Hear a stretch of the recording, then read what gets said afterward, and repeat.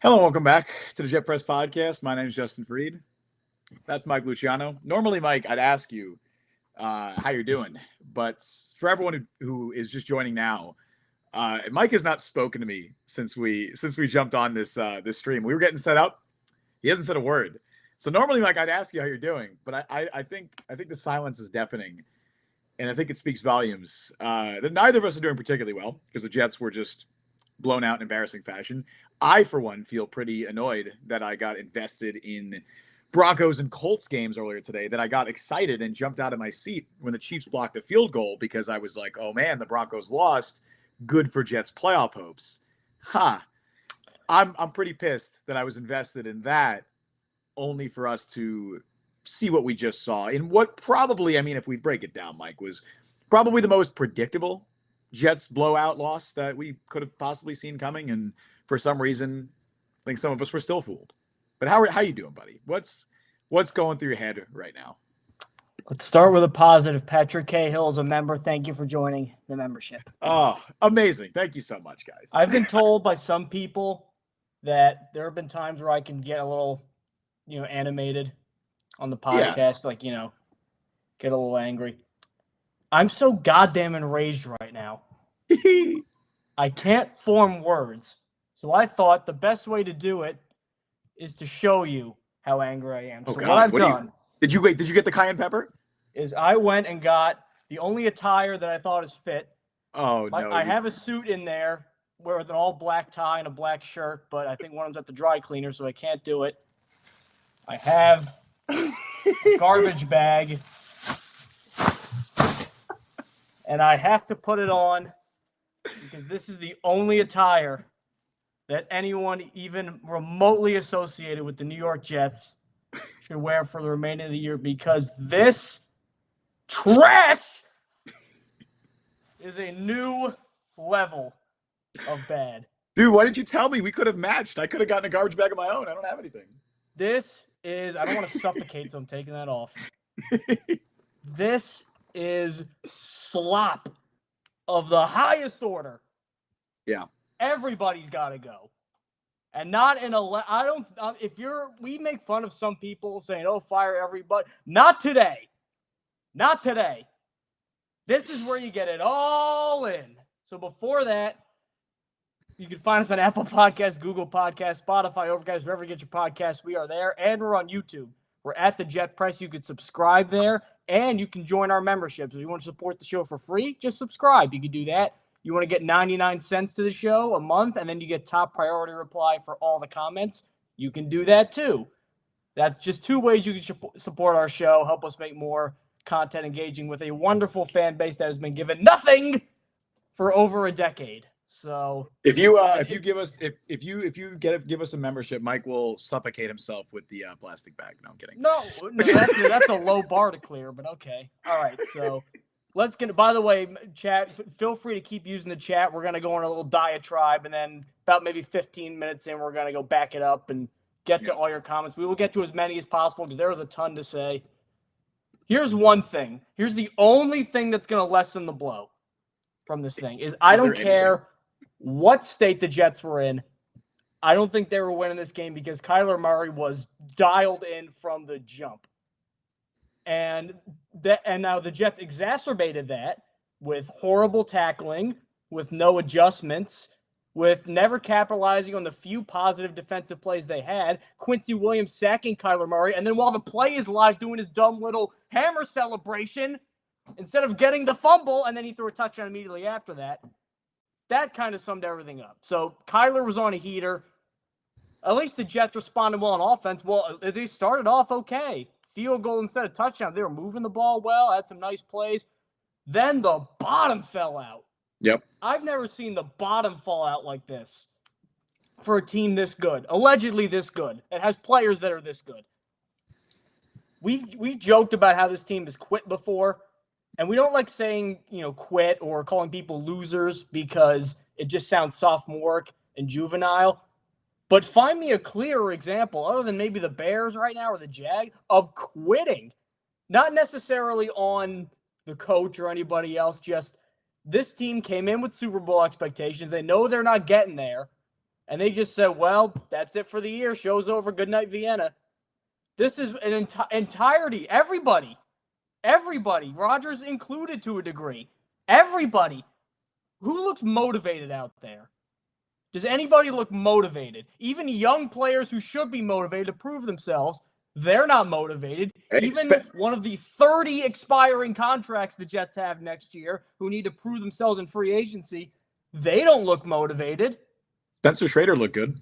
So Spencer Schrader looked okay. Now, here's the one thing that I also realized looking around Twitter during this game is this Jets team is not only bad. We've seen bad Jets teams. This team is so unlikable. Yeah. And not only are they unlikable, they're unlikable with half of the guys from last year that I thought were likable. As bad as last year and even the year before to agree was, I liked those teams because there was an elite defense, and you thought if we just didn't have Zach Wilson, there was a plan. Nothing about this is likable. In fact, now I'm actively disliking some of these guys. And even the guys that are going to be here for the next couple of years, even Sauce Gardner, even Garrett Wilson, even Breece Hall, none of them are getting it done. None of them. The Cardinals are a good team. The Cardinals beating the Jets, I don't think would have been cause for a 5-alarm fire. But to do this, to make them just look like pap, like a bunch of morons, this is burn it down, salt the earth, make sure nothing ever grows again in Florham Park. There's a quote from what might be my favorite show of all time, which is BoJack Horseman, which is I've had a lot of what I thought. Show. Jet Press recommends. That is it's certainly better than this. Watch season 2 of that instead of this. First TV show that we are endorsing as the podcast. But the quote is, I've had a lot of what I thought were rock bottoms, only to discover another rockier bottom underneath. And I believe that perfectly encapsulates this New York Jets team. They're just bad, Mike. I don't even know what else to say. There's no analysis that you can provide with a team like this. This game goes beyond analysis. Yeah, a team that has very clearly quit and may have very well quit the moment Robert Saleh was fired. And once again, we've said it before, and I'll say it again, firing Robert Saleh wasn't necessarily unjustified. I think you absolutely had a case to firing him, given his record and all of that. And honestly, you could have fired him in the offseason. And I think a large portion of the fan base would have agreed with the decision. But firing him after the 2-3 start and expecting him to, that departure to fix everything and for Jeff Obert to provide a spark, clearly didn't. And from what we now know, Denver looks okay. Minnesota still looks pretty good. Yeah, 2 close losses against them. Yep. This is a game you fire the coach after. But I don't think you're going to fire an interim coach after 5 games. So you just got to sit there for the rest of the year with Ulbrich. And I'm glad he got a win, just to say he got a win. This guy's a 0. Ulbrich has been so bad as the head coach of the Jets. We always talk about how Saleh, he's going to have a really good defensive coordinator job lined up. And he will. Somebody's going to hire him. Even the Packers are working with him right now because they wanted him. Somebody's going to hire this guy as a defensive coordinator. Ulbrich has been so bad, I don't think he gets a coordinator job next year. That's how much he has Sideshow Bob hit himself in the face with a rake in this goddamn train wreck. Everybody's looking worse for the wear. It is unfortunate. His stock has plummeted. It's hard for me to even fully analyze him as a head coach, given the fact that he is so clearly overworked. He is being tasked with being not only the head coach, but the defensive coordinator and the defensive play caller. He is doing way more than he should be doing. And it's not a surprise that since Robert Saleh's firing, the defense has taken a major step back, not just in how they're playing, but if you watch every week. Who could have thought that? Who could have said? Who would have ever thought that could have happened? If you watch every week, Revolutionary. Mike, they're getting out coached and they're getting out game planned. I mean, look at the second Kyler Murray touchdown the first Kyler Murray touchdown, the second Cardinals touchdown, where it was basically the naked bootleg where he just runs it in. Yes, Michael Clemens was out of position on that play and was just completely fooled and should not. He's bad. He's a bad football player, but he should have never been in that position to begin with because the Jets were trying to play contain on Kyler Murray on the edge with Michael Clemens. That's coaching.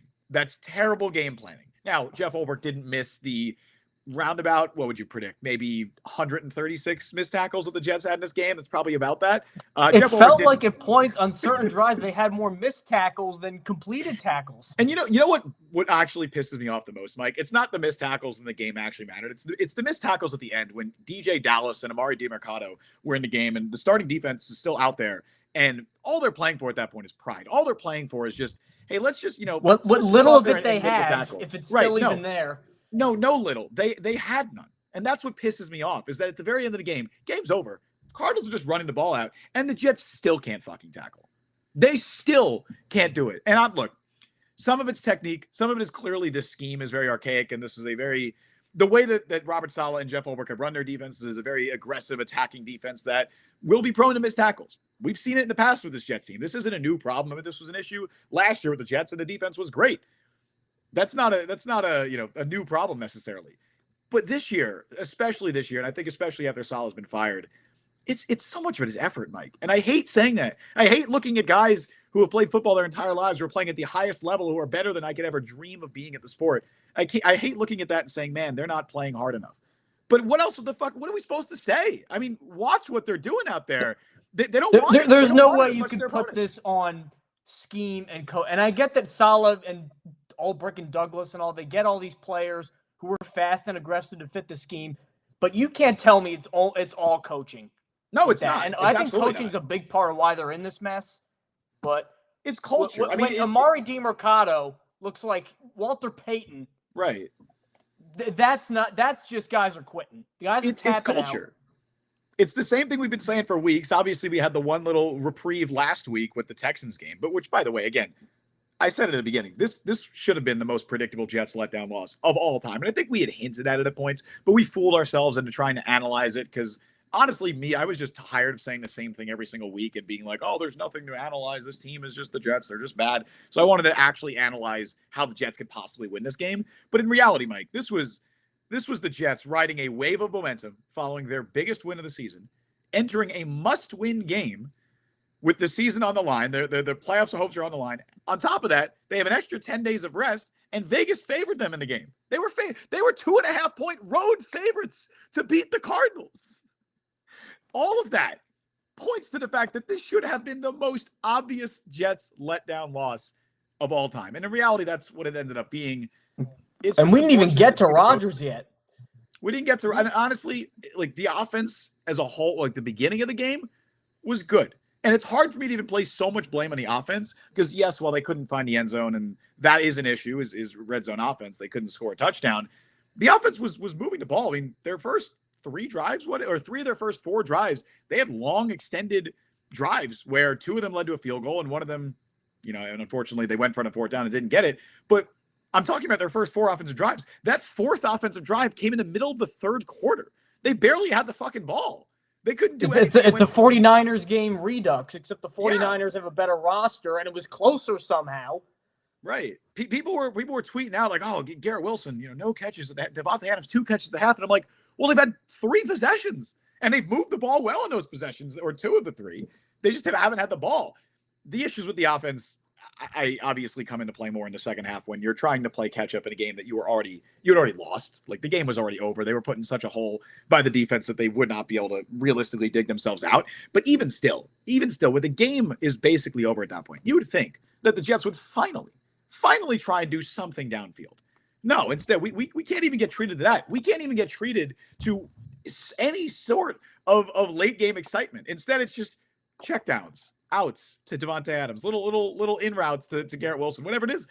Aaron Rodgers can't throw more than 10 yards down the field. He can't do it anymore. I don't know if he's scared. He refuses to do it. If the ball placement isn't there, he can't do it.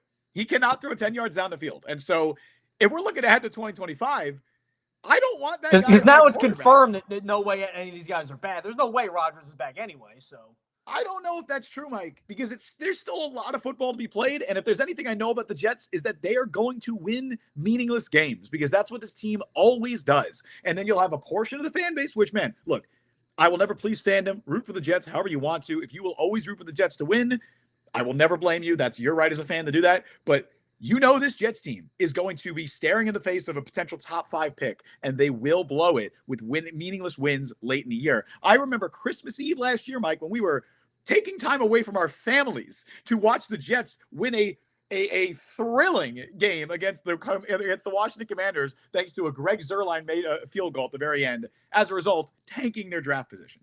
And they helped them get Jaden Daniels. What do you know? They look amazing now. Right. Jets look terrible. So, and you know that's going to happen. They're going to win meaningless football games. Hell, they might beat the Colts next week and then trick people into maybe being like, oh, well, technically they could still go on a run if they win out. They're 10-7. No, I'm done. I said before this past game, I said the only way to get me back is to beat the Cardinals, beat the Colts, go into the bye 5-6. I'll be fully back. I'll be on board. I will not be tricked again. I refuse. I will not have optimism about this team for the rest of the season. I don't care if they're 9. I don't care if they win the rest of their games and they're 9-7 going into the last game, because I know what's going to happen, Mike. They're going to lose the game when it matters. Kenbrell Tompkins will show back up for a little bit. I've watched this team for long enough. I've watched this current version of the team, which the current version, meaning the Joe Douglas era, the Robert Saleh era, the Jeff Ulbrich era, it's all tied into one. They need a complete and total cultural reset, and that comes from the top. They need to restart. They need to completely reset everything. Hopefully they do. The problem now being how many, even in the last 10 years, how many resets have the Jets had? You just got to keep swinging. Not just new hired coaches, but resets. You could miss you could reset a million times. You could miss on a million quarterbacks. All it takes is one. You just got to keep swinging. That's all you can do. The Commanders missed on a bunch of quarterbacks, finally hit. The Texans missed on a bunch of quarterbacks. Well, I guess they hit on Watson and then stuff happened. But they missed on a lot of quarterbacks, and now they hit on C.J. Stroud. You just got to hit on one. Let's get to some comments, because our heads are going to explode if we keep this up. Coach James Rodriguez, time for Tyrod Taylor to take over. It won't be. It won't be. Honestly, if they're out of it in the next couple of games and he's healthy, let's at least see what Jordan Travis is, because they're probably going to add a quarterback anyway in the offseason. Let's see what he's got. I don't even want to do that, Mike. I don't want to infect Jordan Travis with this team. I don't want him being activated off the PUP. Keep him away from this team. Put him in a bubble. Send him back to Florida State. Maybe not Florida State. Well, they need him. They're like 1-9 now. So. Maybe actually don't send it, because Florida State is just as bad as the Jets. Don't send him to Florida State. Send him back to wherever he went to high school. Let him just sit there until a new regime comes in. We could see him 2025 OTAs. Jordan Travis could step on the field, fresh start. I don't want him being thrown out there with this team right now. I do not want to see that. Put Adrian Martinez in there. No offense, Adrian Martinez. Let him be the sacrificial lamb. Let him have some fun late in the year, whatever. Let him have his Chris Trevler moment. Because I honestly, they're not going to do it. But this is elder abuse, Mike. Like, that was my first thought when Rodgers went back in the game. Like, he was being checked out for the concussion. They threw him back out there. It's 31-6. Why? I think he had one, and they just let him back in. Maybe. Who cares? Does it matter? Like, is Rodgers with a concussion going to look any worse than this current offense? Not really. All right, let's go to Jake Patterson. Relax, Jets fan. You're still better than us Giants. Not really. I don't know. No, I don't think they are. I think if the Jets played the Jets, well, it would depend on the circumstances. If the Jets played the Giants in a must-win game, they would lose. If the Jets played the Giants in a meaningless game, yeah, they'd probably win, because they are better. They are more talented. But if it was a meaningful game, if there were stakes on the line, Jake, Jets ain't winning that game. No shot. Dennis DeGroot, I wasted space on my PVR, it's DVR, for this game. Sure glad I'm not dumb enough to pay tickets to watch that. Don't give this team any of your money. Don't. Maybe next year start getting, not now. Don't give them money until they prove they should give them money. Not only don't give them your money, don't give them your time and energy. Don't care. Like, I'm telling you, do not invest anything into this football team, because they will not only return in the Jet Press podcast, not the team. Yeah, give us your 9. Anthony Montalvo, I was fooled. Hand up. Feel like a clown for being excited. There's no need to feel like a clown. A lot of people. No, how could you not be? It's Aaron Rodgers. Don't victim blame, Anthony. You are a victim. This is a toxic, abusive relationship, and you were gaslit. And I'm sorry that happened. Sometimes that takes years of therapy to fix. All right. I'm so sorry that this happened to you, and that the Jets have done this to so many countless victims, including us. Let's move on to KJ Doughty. Tyron shouldn't play another snap. He sucks. All pro last year. I don't even like. Now he has the most sacks allowed in the league. Am I dumb for saying that I think some of the Tyron hate's been overblown and people are just mad? Am I dumb for saying that? 7 sacks allowed is, 7 especially today. literally an all pro last year. The sack today, if that's any quarterback with any semblance of mobility still left, that's not a sack. Like that sack was as much on Rodgers as it was Tyron Smith. I also think Smith's been pretty good in the run as a run blocker, but at this point of the year, obviously, who cares? Play Olafashin, who Tyron Smith's not the future. And yeah, I do think a lot of the Tyron Smith having 7 sacks is a product of Aaron Rodgers being the quarterback and having absolutely no escapability. But I mean, yeah, you're not going to find me saying that he's not been disappointing. I don't think he's been better than Mekhi Becton was last year by a significant margin. Not that it's a low bar. Oh my goodness, some of these comments are just brilliant. Brandon R, can I get a fan experience to take a ride on a pro wide receiver like Sauce did? Give it back to the pro fans. Tight end.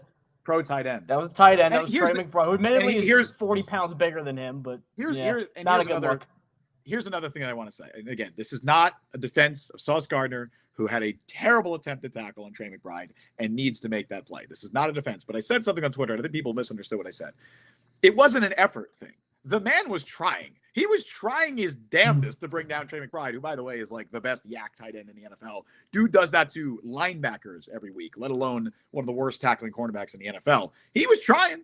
It was awful technique. He tried to jump on the dude's back. Like, this wasn't going to work. But I hate people who throw out like the effort thing when it's not effort. I'm like, that he was trying. Dude was really trying. He just is a terrible tackler. Took a terrible technique, and McBride's really good. Brian Sternbeck, out of 107 managing executives installed since 1977, get at least 5 seasons. Joe Douglas is 105th in terms of win-loss record and has no playoff appearances. That's an amazing stat. That's our resident statistician. Brian pulled out these stats. Who are the other two? To get at least 5 seasons? That's 5 crazy. seasons and be worse than Joe Douglas. I don't know. Brian, if you have the leeway here, that'd be an amazing find. Brian, our resident statistician. Brian, you're always pulling out these great stats. Much appreciated. Anthony Montalvo, is it bad I kind of miss Salah? Nope, I do. I do, Salah but I had also... that defense playing well. Doesn't. Honestly, no. Maybe I'm kind of happy that they fired Salah, because if they fired Salah, or if they didn't fire Salah, then maybe they would have been able to keep hope alive for long enough to still draw me in. But I mean, even with Salah, they're not a playoff team. Salah had his own many issues. Again, I don't think that the decision to fire him was unwarranted, but maybe just for the sake of my sanity, I'm happy that they got rid of him so we don't have to pretend this team could possibly make the playoffs. Butch Davis taking a break from coaching the Cleveland Browns. The comment here: I can't name 4 players on the Cardinals defense, and you wouldn't have known it. They look like the '70s Steelers. Outside of Budda Baker, there's not another star player in that defense. There's not another standout. What is it? Kazir White's okay. Kazir White's fine. They just got Baron Browning. Cool, awesome, good stuff. Sean Murphy bunting. This team is not. The defense is not. They're punching above their weight class a little bit this year, but they've not been a good defense. And we talked about it going into the week that it should have been a big game for the offense. Again, I don't even want to put it too much on the offense, because your entire game plan is thrown off when the Cardinals dominate possession in the first half and you have 3 offensive drives. That's it. I mean, what can you do as an offense if that happens? Yes, they could have scored touchdowns. That's the only other thing they probably could have done other than what they did, which was fine. And then obviously by the time it was over at that point. But it's hard to fully fool. Brandon R. Ulbrich said physicality was fine, by the way. He's clueless. All right, Press prediction, official Jet Press prediction. I guarantee, because he's not going to be back next year. We all know that. Yeah. I guarantee he's going to get some job as either a position coach or a coordinator, and he's going to give some interview talking about his Jets team. He's going to go, man, I was just overmatched as a head coach. I don't know what I was doing. I guarantee he's going to say something to that effect. He's in over his head right now. And to Jeff Ulbrich's credit, the first thing he did say was that they were not prepared to play. That falls on my shoulders 100%. So he took blame. Whatever. How many times has he said that this year? 3? No, I'm not saying that it was a good thing. I'm saying, hey, he took accountability. Marcelo Cabrera, Tay and Rodgers were horrible today. Yeah, well, never had the ball, and then when he got the ball, was Devontae Adams bad? The drop in the end zone was tipped. And what did he do? He had 2 catches right before the fourth quarter when they were just. I mean, he didn't do anything. He didn't do much. But was he bad? I don't think he had any negative plays. Well, the drop in the end zone. But it wasn't dropped. It was tipped. Butch Davis. These wouldn't be tackles in flag football. No, they wouldn't. How many times did either Kyler Murray or Marvin Harrison Jr. or somebody, they'll make a move, and then while they're going one way, the Jets defender is like that, just Yeah. skipping off like they're being like played off stage at a vaudeville show. They're just skipping. It was humiliating. Like there's bad tackling form. Like that's okay. Like teams are going to miss tackles. Like there's no problem with that. But to like whiff as much as the Jets do. They were bullied. They were completely bullied. And we talked about, like, I think a lot of fans knew this was going to be a tough matchup for the Jets because the Cardinals are very good at exploiting a defense like the Jets. And we were saying, hey, look, missed tackles are going to be an issue. They gotta get that figured out before this game because it's going to be a rough one. I don't think anyone expected it to be this bad. This was the worst tackling performance I think I've seen from a Jets defense, at least that I can remember. This was worse than anything last year when they had Jordan Whitehead. This was worse than when the defense was bad before Saleh. This was disgusting, like actually disgusting to watch. Brandon R. Jets are going to own the playoff droughts by 7 years clear after this year. That is true. If the Broncos the Jets are going to be on 14 now. And if the Broncos make second place right now is Denver with 8. They look like they might make it. And then the Falcons are right after Falcons have, and the Panthers both have 6. The Falcons look like they're going to make it, so it'll be Carolina with 7 years. And the Jets with 14. The Jets with 14. And then nobody else has longer than 4. In a league with as much parity as the NFL, I mean, the NFL is so much parity, like unbelievable amounts of parity. I know no one else teams dominating more than 4. You have to try to do this. Yeah, it's so rare for a team to be in the modern NFL to be this bad, or just to be bad for 5, 6, 7 years in a row. Like it's really, really hard to do that. I mean, the last time the Jets had a winning record was 2015. It's 9 years ago. That's insane. I've seen people compare. Like the Browns drought was probably worse, but like even Raiders fans or Bills fans from the early 2000s when they both had actually longer droughts than this. I'm like, well, they had 1 fewer playoff spot to get in, and less parity guidelines in place. I would argue this is worse. I agree. I think there's more parity than there's ever been in the NFL, and the Jets are somehow going to go. And if they're not making the playoffs this year, I have no faith that they're making it next year. They might go a decade and a half without making the playoffs. Next one is going to be Lucas. Brees averaging over 5 a carry, but let's throw it 3 times inside the 6. Todd Downing sucks. What do you want? Nathaniel Hackett sucks. What do you want? And he's still better than Nathaniel Hackett. I actually think Downing has been fine for the most part. I don't think today was a good Todd Downing game, but maybe my expectations are just so unbelievably low that any semblance of positive play calling, I'm like, hey, look, he's good. But I feel like he hasn't been awful since he took over, but today wasn't good. Echoes in the rafters. Who are realistic coach candidates? I don't even know. Here's why I don't know. Who wants the job? Because as much as we think, well, people always say, who wants this job? There are only 32 of them. And people are going to go, well, it's a bad job, but there's the old adage, well, if it was a good job, somebody would be doing it. I'm looking at right now. We don't know if Rodgers is going to be back. I don't think he is, but you never know. If Rodgers is back, they're still going to hire, even after all this, a Rodgers sycophant. Because he has the ultimate leverage of I could just retire if you don't. So if you don't hire that, beyond offensive, obviously I think I'd probably leaning an offensive guy after Solomon's defense. But that is what I want. After years of defense. This is why teams are bad at hiring coaches, because there's no way to quantify this. You got to get a leader. Like who knew who Dan Campbell was a serious coaching candidate before the Lions hired him and gave him a 6-year contract, and he got that thing turned around. And I would argue it's not necessarily because of his offensive genius. It's because he knows who to hire. And He's a cheerleader on the sideline, and I mean that in the best possible way. He's not like an X's and O's guy. That's not. And he delegates well. Right, and he's got Ben Johnson and Aaron Glenn, and he knew when to fire Anthony Lynn and promote Ben Johnson. So he has his finger on the pulse. He has Ben Johnson and Aaron Glenn, who are 2 of the best the best coordinators at their respective jobs in the entire NFL. That helps too.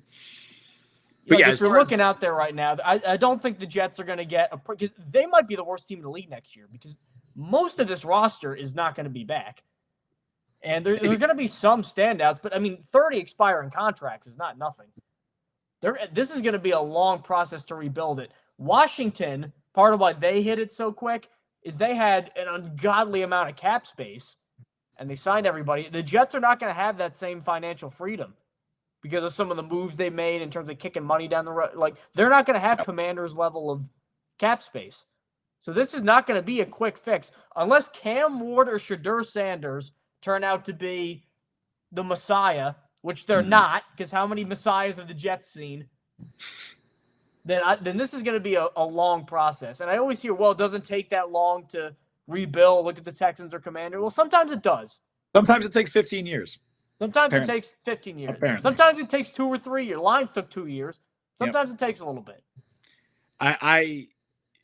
Yeah, man. I will say I don't think they're going to get a guy like Ben Johnson, who is reportedly going to be very selective with his coaching wherever he decides to coach. The worst mistake that the Jets can make, and it's a mistake that I fear that they definitely will make, is hitching their wagon to Aaron Rodgers for another year and just running it back in 2025 with a new coach and most likely a new general manager. Because the issue, if you do that, you're not going to win in 2025. Let's be realistic. Is there a single Jets fan in this chat? Probably not. That thinks that Aaron Rodgers and the Jets would have a chance to win the Super Bowl in 2025. A year older Aaron Rodgers. If you do, put your name in the chat so we can ban you. Yeah, honestly, yeah. Like I don't think anybody believes that. And so if you're not going to win it in 2025, you might as well restart, because if you have Aaron Rodgers here, you are now handcuffing whatever head coach, whatever GM you bring in. The new regime is already starting behind the 8 ball, and you're setting them back a year, maybe longer, because they're now tied to a window that they didn't really necessarily, I don't know if they want to be tied to, or they should not be tied to. So the worst mistake the Jets can do is just running it back with Aaron Rodgers, and I fear that they're going to do that. So as far as realistic coaching candidates are concerned, if Rodgers is here, Nathaniel Hackett, Luke Getsy, I don't know, Tom Clements, Tim Boyle. Tom Clements, Tim Boyle comes back as head coach. I don't know. What do you want me to say? Like, it's going to be somebody. Randall Cobb.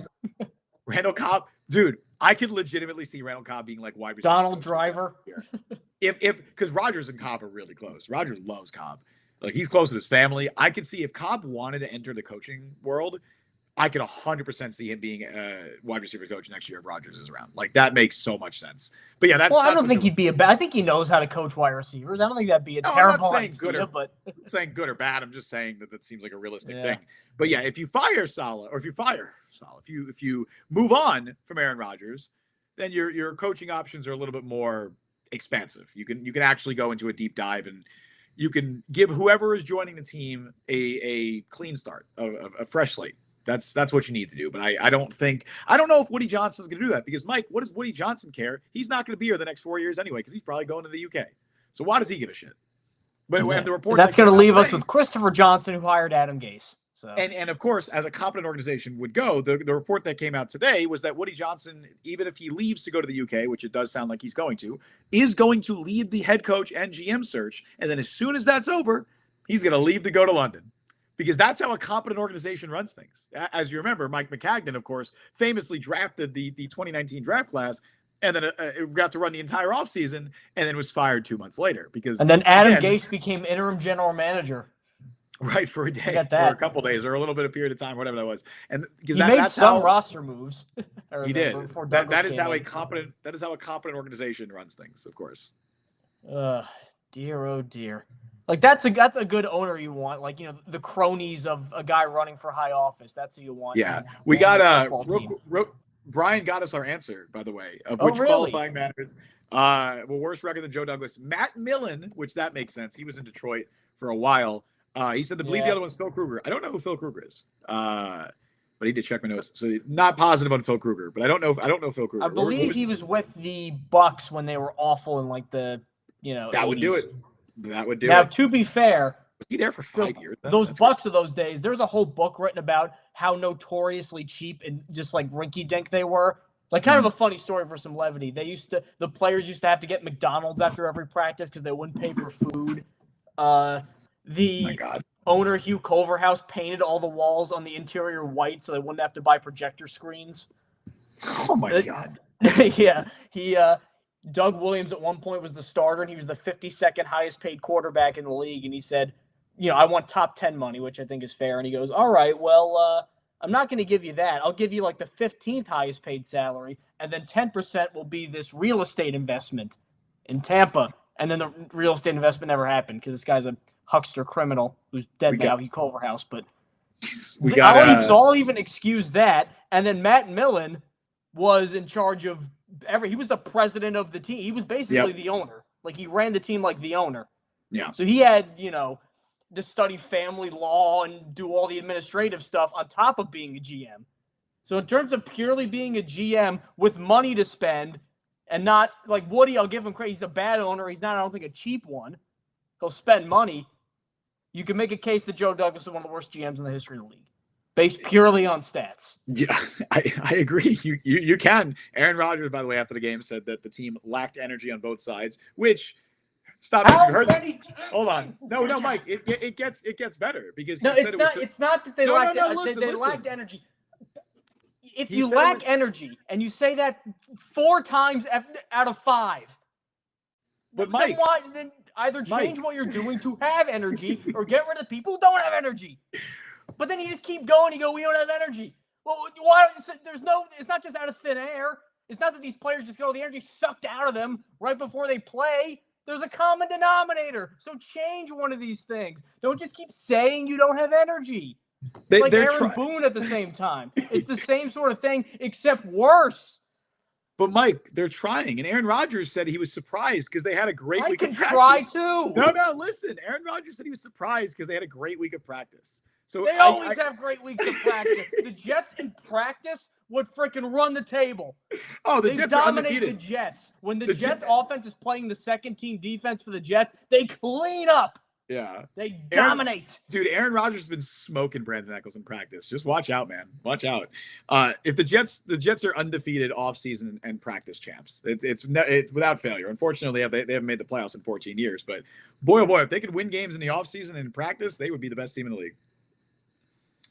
The thing is, as Butch Davis says, you might have to keep Joe Douglas until after the draft. The logic around firing a GM is as poor as a weak head coach. He's not under contract. His contract expires before the draft. So they're not going to bring him back. They would have to extend. They would literally have to sign him to a new contract to do that. No, he's gone. The man is Joe Douglas probably didn't even watch the game today, Mike. That man has been gone for weeks. He was gone even in the one of his 2 press conferences he does all year. He had like 4 questions and said nothing. He gave nothing. The man has been gone since Robert Saleh was fired. The day Robert Saleh was fired was the day Joe Douglas stopped working for the New York Jets. He showed up for his mandatory press conference, stood there for about 10 minutes, gave nothing, no answer of substance, and left. And hasn't thought about the Jets since that happened. The man has checked out. He's not even here anymore. It's not about bringing him back. He's on LinkedIn. He's looking for his next job. He's calling the Eagles and saying, could you please spare an administrative position? Give me something. He's calling senior analyst, something. He's calling Ozzie Newsome and Eric DaCosta, and he's like, please send me back to Baltimore. Just give me something that can revitalize and my he'll career. get a job. Get out of here. He'll have a job. If some moves have worked out, he'll have a job. Of course he will. This is a name, Ralph Mouth. I don't know why your parents named you Ralph if your last name is Mouth. Grandpa Rogers is showing his age. Enough already. They made their bed. They got to lie in it, man. He definitely is. And this was the healthiest I thought he'd looked in weeks too. But he is showing his age, obviously. Again, a lot of these sacks that he gets hit on, the Tyron Smith sack, like it's probably not a sack if that's almost any other quarterback in the NFL. Like all he has to do is step up a little, like just a little, man. And he only touched his ankle. I mean, it's so frustrating watching other quarterbacks escape from the most ridiculous sacks every single week, especially when the Jets are trying to sack quarterbacks because they can't tackle to begin with. You know the funny part about all this, though? What? Zach Wilson actually had some nice escapability. He did. No, he absolutely did. That's he just couldn't throw the ball. That is one aspect of his game that is absolutely a lot better than Aaron Rodgers at this stage of his career. And it's just frustrating to see the Jets consistently fail to wrap up opposing quarterbacks, and then the opposing team breathes on Aaron Rodgers, blows on him a little bit, and gives him a little tiny shove, and he falls down. And somehow it's Malachi Corley's fault. Brian with an update, though. Joe Douglas is tied with Phil Kruger. Dave Caldwell with the Jaguars. Dave Caldwell. But as Brian points out, I was going to add this point, but he pointed out, Dave Caldwell in year 5 made the AFC Championship game with the best defense in the league. With Blake Bortles at quarterback. With Blake freaking Bortles. So, yeah, I would say Dave Caldwell's a better GM than Joe Douglas. And he's actually like the number 2 right now with the Eagles. That's right. So I would say, yeah, he's doing all right for himself. He might get a second job. And then Lee Bond, Woody Johnson having that ambassador job is such a sick joke. The Jets are a sick joke. The Jets everything associated with the Jets are a sick joke. I said it on... What happened in New York football? Like, why both of them? I'm not saying like I'm rooting for the Giants either way, but why both of them? How are both of them this bad for so long? I don't know, Like, man. I don't get it. Like, what is going on here?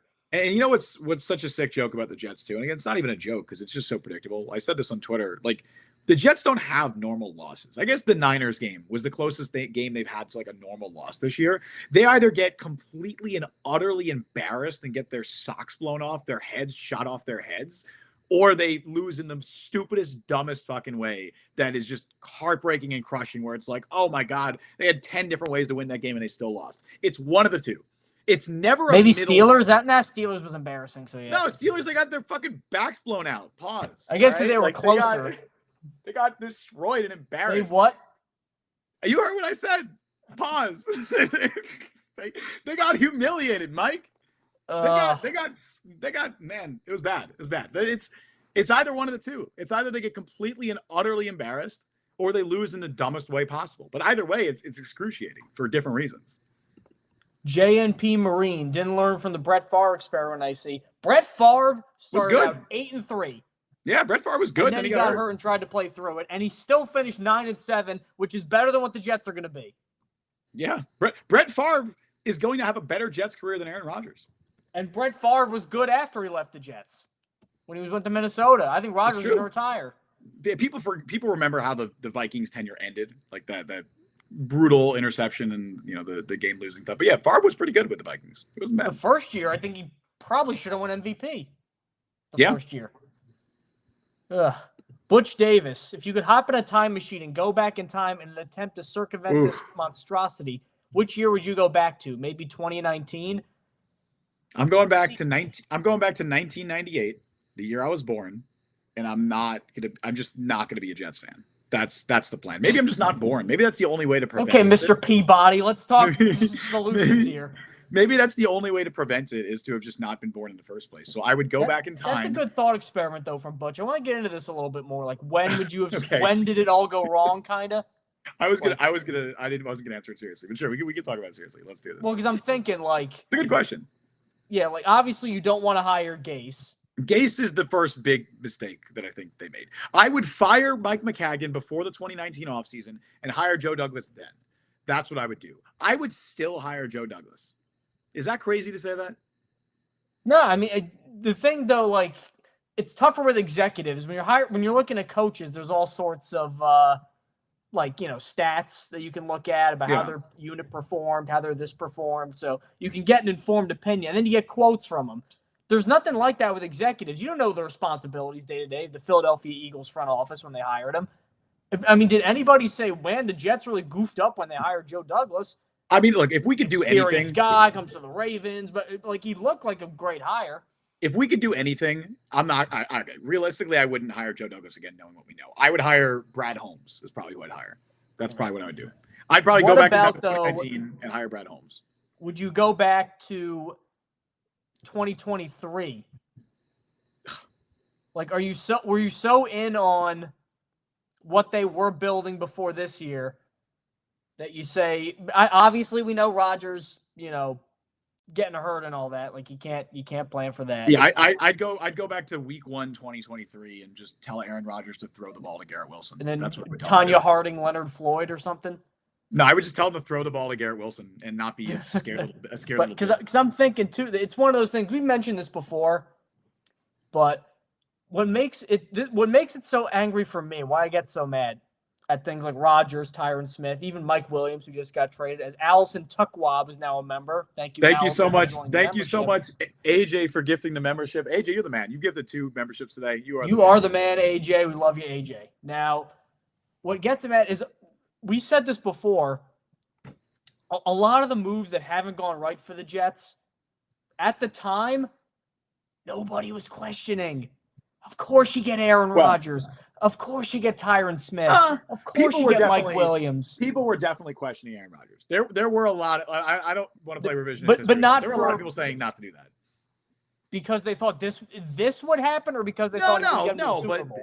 They didn't think necessarily this would happen, but they're like, hey, look, it's been a couple of years since he's been great. Like he was coming off a down year in Green Bay. And of course, when you bring in Aaron Rodgers, you bring in all the baggage, which we have seen. There were definitely people saying don't bring in Aaron Rodgers. Yeah, Now, I guess the point though is like then an Achilles happened, and after that you can't really. Oh yeah. Well, I again, told you so because who again, could have predicted that? I would have loved to have seen what Aaron Rodgers would look like in a Jets uniform in 2023 if he didn't get hurt.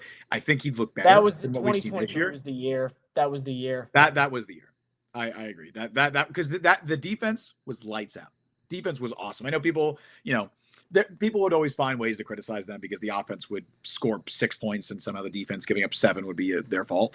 But the defense was really good. The run defense wasn't amazing. It was light years better than it is now. Sauce Gardner was playing at an elite level. He's not doing that right now. The defense was fantastic. They had CJ Mosley healthy, playing at a very high level. They had a defensive line that was actually really freaking good and not what they have right now. Like that was the year. That was the year. That was the year to trade for Devontae Adams too, because they didn't have another competent wide receiver. Maybe if Rodgers stays healthy, you have Allen Lazard and he plays well. And then you trade for Devontae Adams at the trade deadline. And now you have Garrett Wilson, Devontae Adams, Allen Lazard, Tyler Conklin, Breece Hall, who was playing like a top running back in football. 2023 would have been the year. So I think maybe I still go for Aaron Rodgers. I mean, knowing what we know now, yeah, I probably still go for Aaron Rodgers. And I just what I change is he throws the ball to Garrett Wilson and he doesn't tear his Achilles. That's what I change. HA, maybe we need to do the opposite, like George Costanza, draft bad players, etc. The Jets have drafted tons of bad players. They've man. tried. I don't think it's working. They've tried drafting bad players too. They continue. Joe Douglas. Say what you want about Joe Douglas. He's tried drafting the bad players. He's definitely tried that. He's drafted a lot of them. He really believes in it. It's one of his key philosophical standpoints. Absolutely, he's definitely taken that approach to heart. Don't worry. Marcelo says, I was skeptical of Rodgers, not because of his ability, but for his leadership. That's fair. Yeah, I guess the thought was the ability on the field, as it has throughout pretty much his whole career, would supersede that. Now you get a limited guy who can't play as well and everything. It's like we said last year, we're getting the bad stuff and none of the good stuff. And normally the good stuff outweighs the bad stuff. Now it's not. Brian with another zinger. The Chiefs have 30 regular season losses since drafting Patrick Mahomes in 2017. The Jets have 30 total wins since hiring Joe Douglas 2 years later in 2019. They spotted him 2 years. That's a zinger. This is a good question when it gets to from Marcelo Cabrera. He said, if you're both co-owners, what's your next step for the Jets until before the draft? Like I said, my top priority is reset everything. Fire everyone. You're getting rid of the coaching staff. You're getting rid of the regime. You are letting a lot of these expiring contracts go, and you are bringing in a new coaching staff, a new front office, and most importantly, a new quarterback. Aaron Rodgers should not be a member of the New York Jets in 2025. You need to completely reset. Whatever happens for the remainder of the year, who cares? Right now, I mean, if you're talking like immediate next steps, they're not going to do this. But if I was the owner, I'd say, all right, Joe Douglas, you're fired. You're already fired, but you're fired. If you want to keep collecting your paycheck, we can pretend that you're still employed, but you're fired. I'm sure that conversation is probably already been done at this point. He's getting fired at 7 p.m. on the Sunday of week 18. Right. I would then implore the coaching staff to play as many young guys as possible. Tyron Smith, your neck hurts a little bit? Shut down for the year. You're on IR. You want to retire? Sorry, bud. That sucks. Playing Olufashinu at left tackle. Malachi Corley is playing wide receiver for the rest of the year. I don't need to see Irv Charles receiving at wide receiver snaps.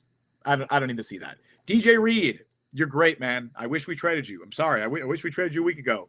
You stubbed your toe, and now you're on IR. Cool. You're done for the year. You're not playing anymore. Let's see what Quantez Stiggers can do. Let's see what Jark Bernard Converse can do. Let's see what the guys who are going to be here next year can do. That's the immediate steps I'm taking. And then going into the offseason, I'm completely resetting the franchise. And I'm resetting it with there aren't many of these guys out there, but somebody with past experience at both levels. A GM who has past experience and a head coach who has past experience. GM is tough. That's a tough one. GM is tough, but mostly for coaching. I don't want to be the Titans hiring Brian Callahan, a 37-year-old coordinator. I can't do any more of those guys. But here's the thing. As long I'd be happy with two different types of coaching hires. Either a proven, leader type, like a CEO type, like a Mike Vrabel, where it's like, okay, he has had success in the NFL. Kingsbury would be my pick right now. Right. Either a head coach like that, like a Vrabel, or just give me an offensive guy. I don't care. Give me anything. I want to swing for the fences. I don't even care if it's a Brian Callahan, Mike. I don't care if it's a Dave Canales where I'm like, this guy's not ready to be a head coach. At least I'm swinging for the fences, and I'm not bringing in a defensive guy who, even in the best case scenario, if he's great, I still got to worry about what the offense is going to look like. I still got to worry about the offensive scheme. If you Well, hire now we have to worry about the defense looking at this game. That's fine. It's a lot easier. It's a lot easier to get a defensive scheme that works and to get a defensive coordinator who's going to stick around for a while than an offensive coordinator that's going to stick around for a while. Because any offensive coordinator worth their weight in the NFL is poached immediately as soon as they start showing promise. I mean, look at Dave Canales. Dave Canales wasn't ready to be a head coach, but the Carolina Panthers offer or job was not very appealing, and they poached him because he had some success with Baker Mayfield. You a defensive coordinator. You could have a defensive guy who's a great play caller and defensive mind for years. Aaron Glenn's been killing it in Detroit for a while now. I would like Aaron Glenn with the Jets, though. I think that would be a nice. Yeah, I agree. But for everybody, as corny as that whole like have pride to be a Jet thing could be, like Aaron Glenn would give so much of a shit about making the Jets good specifically. You know why I would be all for Aaron Glenn? Because we've talked about this, and then we talked about the Bill Parcells effect and how the Jets really, when they hired Parcells, that was the cultural reset. That was what they needed at the time, and to get the stink away from the Rich Kotite era, that reset the organization, and they need that more than ever right now. And Aaron Glenn knows Bill Parcells pretty well. That's why. Aaron Glenn was a personnel scout in the front office for the Jets for a little bit. I didn't know that. I forgot about that. And he was the GM of the Houston Stallions of the Lone Star Football League indoor team. So wow, but Aaron Glenn is somebody who. And you know what they did? 12-0 regular season, and they lost in the finals. So maybe this guy can do both. The better coaching resume than Nathaniel Hackett. I'll tell you that. Better GM resume than Joe Douglas. This guy went perfect, right? Unbeaten in the regular season. This guy. But I'm telling you, I think the Parcells thing is real. And again, also coming from Campbell, if you want a guy who can reset the culture, I don't think Aaron Glenn's my top choice necessarily, but he brings a lot more pedigree of like changing the culture than even someone like Robert Saleh, who, he came from, he was a great defensive coordinator with the 49ers, had some really great personnel development stories, and the 49ers are a well-run organization. But if you're looking for a tone setter and a culture shifter, somebody who played under Bill Parcells, the last time that the Jets really had that cultural reset, it kind of lasted through Rex. And then since Rex left, or the latter years of the Rex era, it's been downhill since. But not only did he play under Parcells, he knows what that's like. He also is now coached alongside Dan Campbell, another guy who went into Detroit and completely changed the culture. I'd be all for Aaron Glenn. I've seen a lot of comments saying John Dorsey wouldn't be opposed to that. John Dorsey, what's he up to these days? He's with the Lions, actually. Oh, what is he doing with the Lions? He's like their number 2. Oh, shoot. I forgot about that. Yeah. John Dorsey is one of the few, but that's crazy because that would be his third stint as a GM. And that rarely happens. Well, he basically set up everything. He drafted Mahomes, didn't he? Or was that right? Yeah, 2017. Yeah, he was still. Oh no. He was fired. He was fired right before that. But he still set up everything around Mahomes before that. Yeah. And then he made the Browns not terrible. This guy won a playoff game with the Browns. It was surprising when he got fired. It was definitely surprising when he was fired from Cleveland. I don't think a lot of people expected it. He made some really good moves. I mean, Denzel Ward was a great pick. Nick Chubb was a great pick. They made some really cool, personnel decisions. I think Odell Beckham was a good pickup at the time. I mean, he brought in like Sheldon Richardson, I guess. Remember Olivier Vernon? Remember Olivier Vernon? That's a name that just popped in my head. Oh yeah, from the Dolphins. Yeah, he also went to the Browns. Giants, right? He also went to the Browns after. Yeah, then he went to the Browns. But yeah, Dorsey, cool. Dorsey would be great. If you're going to hire a retread, at least hire a retread who's had success. So I think we're going. John Dorsey drafted Mahomes and was fired that summer. Oh, that's they forgot. I forgot they did They pulled the Jets and they fired him afterwards. That's right. What do you know? And you know what? Chiefs worked for them. That's crazy. Always the way. I totally forgot about that. Dude drafted maybe the greatest quarterback of all time and was fired 3 months later. That's hilarious. And then Brett Veach gets all the credit. Oh, that sucks. That is pretty crazy. And he picked Baker Mayfield when nobody. I remember seeing a lot of mocks had Baker won, and I mean, obviously you'd want Lamar or Josh Allen, but everybody had Darnold and Baker was better. So. Veach was still in Kansas City when the Mahomes pick happened, so you could still give him some credit. Like he was promoted from within. Yeah. But Marcelo again says, "I know we tried defensive mind. What about Steve Spagnuolo? I got some bad news for you. Go look at Steve Spagnuolo when he coached the Rams. You thought Robert Saleh was bad? Go look at that team. I would get won in a span of 2 years. He won 3 games. Yeah, Spagnuolo deserves a lot of credit for, I think, adapting as a defensive mind and really being a very good defensive coordinator in the year 2024, which is more than people thought he would be. And I feel like he's stood the test of time there more than a lot of people expected. But I do not want him as a head coach in 2025. I do not want that. Do you know what his head coaching record is, Justin? It's Don't very look bad it up. with the Rams. How many years did he get with the Rams? He got 3 with the Rams, and then he got 5 games as the interim. 4 as the interim with the Giants after they fired McAdoo. God, did they win a game? Did he win a game with the Giants? He Yes. won 1. He won 1 with the Giants, or 2. He went 11-41. Oh, dude, 1-15 his first year with the Rams, then 7-9, then 2-14. Oh my goodness, dude, that's crazy. And then they got Sam Bradford after that. That's 7-9. Who started at quarterback? That's 7-9. No, that was with Bradford. My bad, but that was Bradford. Okay, that was Bradford, and then I think he blew out his knee, and then Craig Nall or whoever came in. I'm like, that was bleak. You thought Robert Saleh couldn't get offense right. Now Spags is he's a good up on you, Marcelo, because I think that's a good idea. Yeah, I like where your head's at, but Spagnuolo specifically, I think, is the epitome of great coordinator, bad coach. Yeah, and I think he deserves a lot of credit for that, for really evolving as a defensive mind over the years. But I don't want to see, what is he, 60-something years old now at this stage? I don't think he will even interview for another head coaching job, probably. Johnny Garofalos is Pete Carroll. It'd be really funny. It'd be really funny. How old is Pete Carroll? That's the problem. He's in his 70s, I think. Pete Carroll is 73. Yeah, he's old. But it'd be really funny bringing him back to the Jets. That would be funny. He's 73, and he already coached the Jets before. He did. 94, you already got your shot, man. Was it 94? 94. Was that the year? Yeah. 6-10. That was before Kotite. So this is a good point here from Brian. Dorsey's 64, so I don't know if he had the appetite to be a GM. That's true. Ideally, he'd just be the guy who hires the next GM, maybe the assistant GM of the Lions, along with their next head coach, Ben Johnson. We can wish. We can hope, Brian. That'd be amazing. That'd be great. That would be amazing. But if you somehow got Dorsey, give him Woody, dude, you got all this money to burn. You're getting some tax breaks too soon enough. So just throw some of that money to John Dorsey, especially because he's close. He's gonna basically be allowed to do whatever he wants, legally or not. So dude's got all the money he can dream of. Throw that money at John Dorsey, who can then convince Ben Johnson. Throw some money at Ben Johnson as well to come to the Jets. It's not gonna happen. It's definitely not gonna happen. But yeah, I would, if they can somehow poach John Dorsey and basically keep him in the second. Maybe they give him a raise and a higher title, whatever that be. Assistant GM, I guess, would be above what he's doing right now.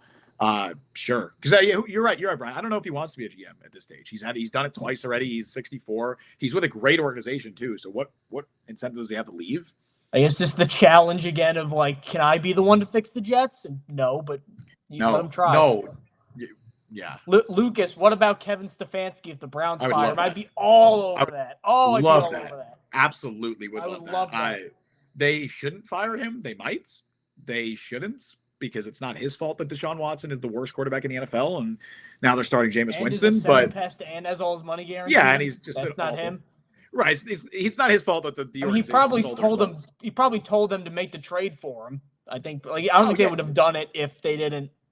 If he wasn't in on it, but I don't know. I don't know if Stefanski was fully in. I don't know. I don't know what the inner workings were, but it definitely was not his fault that the organization sold their soul to the devil and received the greatest bit of sports karma that you'll probably ever see. That might be the worst contract ever. It's the worst contract by in NFL history, combined with the worst trade maybe in NFL history, all to give us this beautiful blend of karmic, comeuppance, if you will. Us and the Jets, though. Imagine Stefanski, though. He works for the two teams where it never works out for any of the Browns and the Jets. He's got to pick a better. Well, look, people said that about the Lions too, Mike, and now look at them. People said it about the Lions. Historic outlier. Let's do that. All you need is one. It's all you need. All you need is one. You need one head coach to work. You need one quarterback to work. Here's what we need. I think we're going to sign off soon on the Jet Press podcast. Thank you guys for tuning in. We had a really amazing chat here to take the tears away from our faces after the Cardinals killed us. Yep. I play a lot of Dark Souls, that sort of video game series, which is a notoriously difficult series. No one's one of the harder ones. It's amazing, though. You stream on Twitch too, right? Yes, I do. There you go. And a lot of people ask online for help. How do I beat this boss? How to do this? And a lot of times, instead of giving guys, make sure you do this, make sure you hit him there, they say 2 words, 6 letters. Get good. And at a certain point, we can talk about We can talk about all what they need to do. Sometimes the only way to do it is to do it. The only way for the Jets to get good is to get good. And I don't know how they're going to do that. It's certainly not going to be this year, though. So the only reason to watch for the rest of the year is to tune into the Jet Press podcast after streams and to just survey the damage, to survey the cannon fodder and see what exactly just happened here. Protect your mental. Don't have expectations. Don't go into that Colts game. Because I know what happens. This is the cycle of Jets fans, right? This happens every single week, and every Jets fan in here could probably attest to it. They have an embarrassing loss like this, where like the season's over, that's it. And then slowly, by the time we get around to Wednesday, we're already crafting these theories in our head where it's like, well, if this happens, if they win out, the Colts just lost. Joe Flacco, if this happens, and then Taylor Swift leads Travis Kelce for me, and then if this happens, and Dua Lipa comes to my house and we get married, and maybe the Jets could actually make the playoffs. Don't do that to yourself.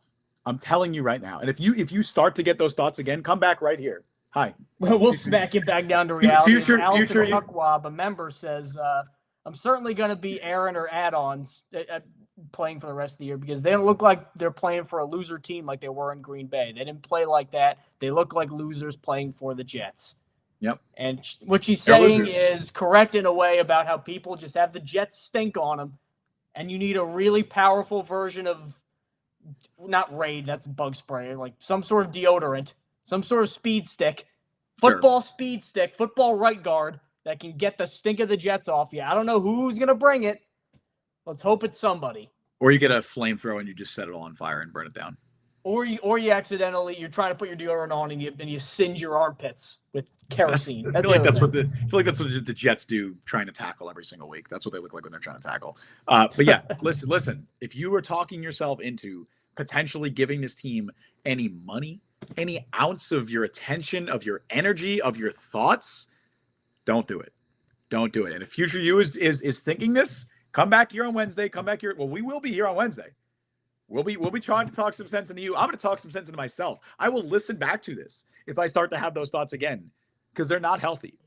Don't let the Jets ruin your mental health. Don't let them do this to you. You are a victim. It is healthy. We're here to support you. This is Mike. This is a victim support group. Okay, and we are here for each other. Okay, all right. Let's tone it down a little bit. This is trauma. We're not a battered woman shelter or a football podcast. I feel like I've been traumatized by this team. It's an abusive relationship, Mike. They've to a degree, I guess. So no matter who you are, thank you guys for tuning into the Jet Press podcast. You know where to find us on all the platforms. You can subscribe on YouTube, and you can join our membership on YouTube if you want to support the show that way for 99 cents a month. Justin, any Andy Rooney-like final thoughts on this? Take care of yourself. That's it. Take care of yourself. Mike, that goes for you. That goes for any Jets fan out there who is still pretending to potentially care about this football team. Don't do it. Take care of yourself. Take care of your mental health. And of course, until next time, thank you all for joining us on the show today. You can follow Mike on Twitter at @ByMikeLuciano. Follow me on Twitter at Justin T. Fried. Follow the Jet Press on the Jet Press. Download the Jet Press podcast wherever you get your podcast. Check us out on YouTube. Subscribe, like, hit that notification bell. Also, you can become a member today. We just got a couple of new members in the stream. Thank you to AJ for gifting memberships. That is so much appreciated. It is just 99 cents. You will get top priority comments, and you help support the show, which is very much appreciated. Just 99 cents. We appreciate everybody who tuned in, who commented, who just watched for even a second. We appreciate you giving us your time and energy as opposed to the Jets, because they don't deserve it. We stream live every Wednesday at 3 p.m. Eastern time, so we will be live on Wednesday. And of course, we stream live immediately following every single Jets embarrassment, letdown, humiliation, whatever you want to call it. Thank you all for listening to Jet Press Podcast. I've been Justin Fried. That has been Mike Luciano. I hope you guys have a good night. See you, everyone. It's going to get worse before it gets better. I've been saying to myself for more than half of my life now, so maybe it will.